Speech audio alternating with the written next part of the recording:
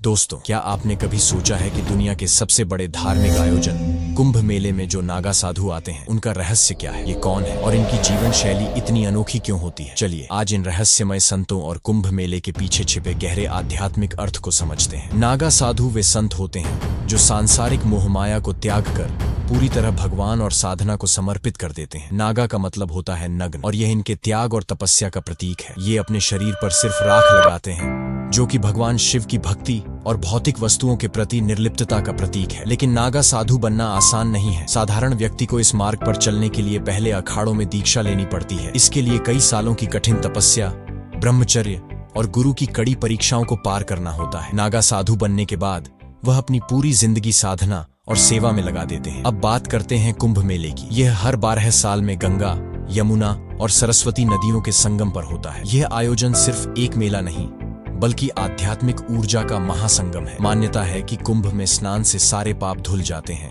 और आत्मा शुद्ध हो जाती है। कुंभ मेले में नागा साधु सबसे पहले शाही स्नान करते हैं। यह स्नान उनके आध्यात्मिक बल और ब्रह्मांडीय ऊर्जा का प्रतीक है। नागा साधु कुंभ मेले के मुख्य आकर्षण होते हैं, क्योंकि वे आम जनता को त्याग और तपस्या का संदेश देते हैं। नागा साधुओं की जीवन शैली हमेशा से ही लोगों के लिए रहस्य रही है। वे हिमालय की गुफाओं में रहते हैं, कठोर सर्दी और तपती गर्मी सहते हैं। योग, ध्यान और अग्नि तपस्या उनकी दिनचर्या का हिस्सा है। वे संसार के सुखों से परे रहकर भगवान शिव के आदर्शों का पालन करते हैं। नागा साधु और कुंभ मेला हमें सिखाते हैं कि जीवन का असली मकसद आत्मा की शुद्धि और आत्मा का परमात्मा से मिलन है। यह त्याग, तपस्या और विश्वास की एक अनोखी यात्रा है जो हमें हमारी जड़ों से जोड़ती है। तो दोस्तों, नागा साधु और कुंभ मेला केवल एक परंपरा नहीं, बल्कि भारतीय संस्कृति की गहराई और अध्यात्म का प्रतिबिंब। नागा साधु हिंदू धर्म के सबसे प्राचीन और रहस्यमयी संप्रदायों में से एक है। ये साधु केवल तप और साधना के लिए नहीं, बल्कि अपनी अनूठी परंपराओं और त्याग के लिए भी जाने जाते हैं। इनकी एक विशेष परंपरा है पिंडदान, लेकिन यह पिंडदान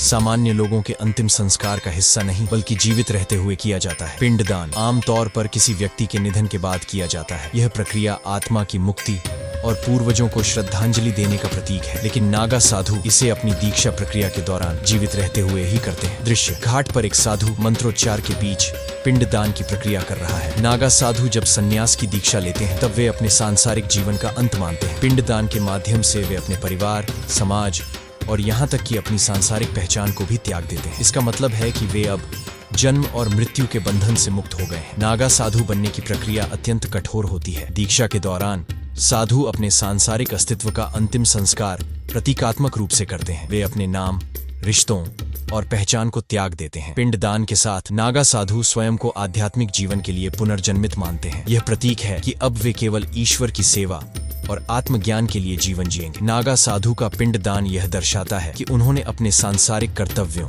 इच्छाओं और मोह को पूरी तरह त्याग दिया है। यह उनका आत्मा से जुड़ने और परमात्मा की ओर बढ़ने का पहला कदम है। पिंडदान के माध्यम से नागा साधु अपने परिवार और समाज को संदेश देते हैं कि वे अब सांसारिक जीवन का हिस्सा नहीं है। यह उनके लिए अंतिम संस्कार जैसा है, जहां उनका नया जीवन आध्यात्मिकता और तपस्या के लिए आरंभ होता है। पिंडदान के बाद नागा साधु की पूरी जीवन शैली बदल जाती है। वे नग्न रहते हैं, कठिन तपस्या करते हैं और किसी भी प्रकार की भौतिक सुख सुविधा को नहीं अपनाते। यह त्याग उनके साधना मार्ग को सरल बनाता है और उन्हें मोक्ष की ओर ले जाता है। नागा साधु का पूरा जीवन तप, साधना और धर्म की रक्षा के लिए समर्पित होता है। नागा साधु का पिंडदान केवल एक धार्मिक परंपरा नहीं, बल्कि एक गहन आत्मिक संदेश है। यह हमें सिखाता है कि जीवन में केवल भौतिक सुख ही सब कुछ नहीं है। अपने भीतर की आत्मा और सच्चाई को पहचानने का महत्व इससे स्पष्ट होता है। नागा साधु के जीवन का हर कदम हमें त्याग, तपस्या और ईश्वर से जुड़ने का संदेश देता है। पिंडदान उनके आत्मिक सफर की शुरुआत है, जो हमें भी प्रेरणा देता है कि कभी कभी सांसारिक मोह से ऊपर उठकर